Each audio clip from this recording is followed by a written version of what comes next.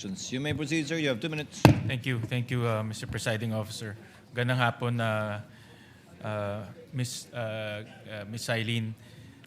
Tama po ba, narinig ko kahapon na kaya na disallow yung OVP for 2023 amounting to 375 million is dahil ibinigay ni Acosta kay La Chica yung pera. Yes po, Your Honor. Okay. At so lahat yun dinis-allow in 375. Opo. Tinitignan ko rin tong transcripts ng House kung saan sinabi ni Acosta na yung fourth quarter of 2022, ibinigay rin yung 125 million kay La Chica. At on the same transcript, November 25 to 2024, sinabi naman ni Fajarda na ibinigay yung 37.5 million kay Colonel Nolasco. So in both instances, yung fourth quarter of 2022, saka yung buong DepEd confidential funds, ibinigay ng Special Dispersing Officer sa iba. Kung ganyan rin ang sitwasyon, di dapat ma-disallow rin yung fourth quarter ng 2022 at buong DepEd confidential funds. Tama po ba? Yun po kasing sa disallowance nung sa DepEd, di ba nga, yung sa DepEd po kasi is di ba po meron na kaming na issue na credit notice. And dahil nga po sa additional information after namin ma-release yun, August 2024 po kasi yun, November 2024 nagkaroon ng CGPA. So, pinag-aaralan pa po kasi this is the first time po kung sakali man na magre-reopen kami ng settled accounts. And ito po kasing reopening is with the authority of the COA chairperson. Kaya po pinag-aaralan po kung ito ay i-reopen dahil nga po it is the first time and this involves voluminous documents na kailangang isa-isa Pero po. pag titignan natin yung circumstances, pareho eh. Opo, Binigay tama yung po. pera kay La Chica, binigay yung pera kay Nolasco. Kung ganun susundan natin na rational, pwedeng ma-disallow rin yung fourth quarter OVP at buong DepEd confidential funds. Tama? Yes po, tama po. So, pwedeng ma-disallow buong 612.5 million na confidential funds sa OVP at sa DepEd. Tama? Yes po, tama po. At yan ay dapat ibalik Opo, ng dahil, mga accountable officers. opo, tama po. Bakit mahalaga ang papel ng Special Dispersing Officer?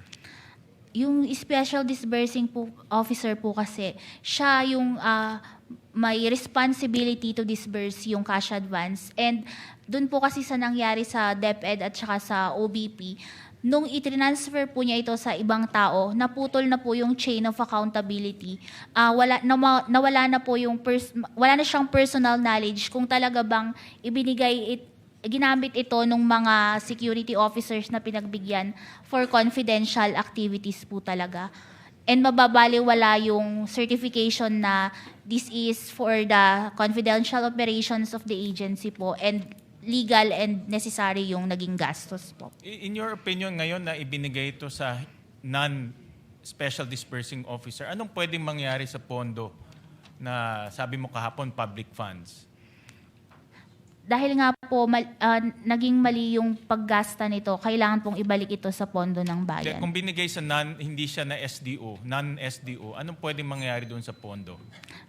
Pwede po itong magamit sa hindi dapat paggamitan na hindi for confidential expenses. May risk po na ganun. All right. Thank you, Mr. Presiding Officer. Senator Judge Lacson, you may proceed when you have 2 minutes, sir. Thank you. Good afternoon, Sailin. Good afternoon po. I assume familiar ka doon sa Article 4, 15, paragraph Article 4, Section 15 ng inyong joint circular. Ayan, pinlas ko lang sa screen para ma-remind ka. 4.15. Pay attention sa paragraph 15.2, paragraph 2 at saka paragraph 3. Pakibasa mo na lang para hindi ma-charge sa akin. that expenses were incurred in connection with the agency's intelligence or confidential operations and activities with supporting documents attached to the liquidation for CF and for the IF, the documentary evidence of payment kept in a sealed envelope in the vault in the office of the SDO. Sige, sa 3, paragraph 3. That the details and supporting documents of transactions that are classified are in the custody of the agency and kept in its vault, which may be inspected by ICFAO if the circumstances so demand. Ang tanong ko, ginawa niyo ba ito? Yung sa inspection po kasi ng vault, sa IF na po yun. Sa use ng... ICFAO ito Siya sabi, if the circumstances so demand. Hindi ba dinidemand ng circumstances na inspection yun yung vault? Yung sa Dahil maraming aliases. Yung vault po, yung sa vault po kasi, yung nagpe-pertain po yun sa intelligence fund. Yung No. may vault po sa office. CF saka IF ito. Hindi lang intelligence. Parehong treatment, Miss Eileen. 415. Ang tanong ko lang, hindi ba dinidemand o dinemand ng circumstances na inspeksyon ninyo yung vault? Kasi kung maraming aliases na nagdududa kayo, di ba natural lamang logically isipin nyo, ma-inspeksyon nga yung vault kung meron talagang mga totoong tao sa likod ng mga alias o aliases. Ang pag-inspect po kasi is through the authority po of the chairperson. I know, hindi kayo kumuha ng authority? Wala pa po. Yeah, my point is parang kulang yung ginawa niyong trabaho. Para hindi kompleto. Kasi po may iba po kasing office na... No, ICFAO sinasabi rito, may be inspected by ICFAO if the circumstances so demand. Opo. Anyway, let's leave it at that. Familiar ka ba doon sa 2020-005? Anong circular po yun? Yung sa fraud audit. Hindi po ako gaanong familiar doon sa joint circular. Anyway, i-familiarize kita.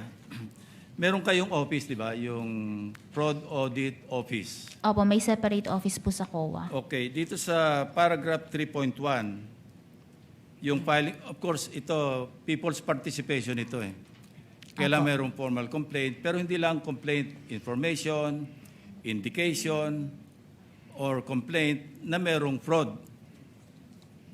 Opo. So papasok yung fraud audit investigation ng inyong office. Hindi office nyo.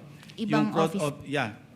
Pero nakalagay sa 3.1, any person who has knowledge that the transactions of, etc., pwedeng gumawa ng written information sa office na yon para mapunta doon sa logical conclusion, mapunta sa filing of criminal charges against whoever, not necessarily the Vice President.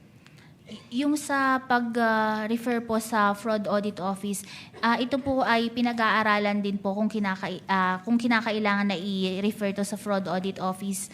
Ngayon po, pinag-aaralan po namin ng office namin together with the chairperson po. Kasi kung sakaling may-refer po ito po yung first time. And also po, itong transaction na ito involves voluminous documents na with classified information na baka pag ini-refer namin sa ibang office is ma-expose po ito. So pinag-aaralan po itong mabuti muna. Anyway, 12 seconds na lang. Isa na lang tanong, balikan ko yung sa 4.15. Hindi nyo ba naisip na man lang na kung na-inspect nyo yung vault, kumuha kayo ng mga specimen, yun yung mga question document, yung mga signatures, ma-compare nyo sana doon sa mga ibang officials na mayroon kayong specimen signature para ma-determine nyo kung forged yung mga signatures na sinabi sa inyo. Yun lang, Mr. Presiding Officer, Mr. Chairman. Kindly answer the question, Celine. Opo, i-refer po namin sa higher authority po. Thank you po.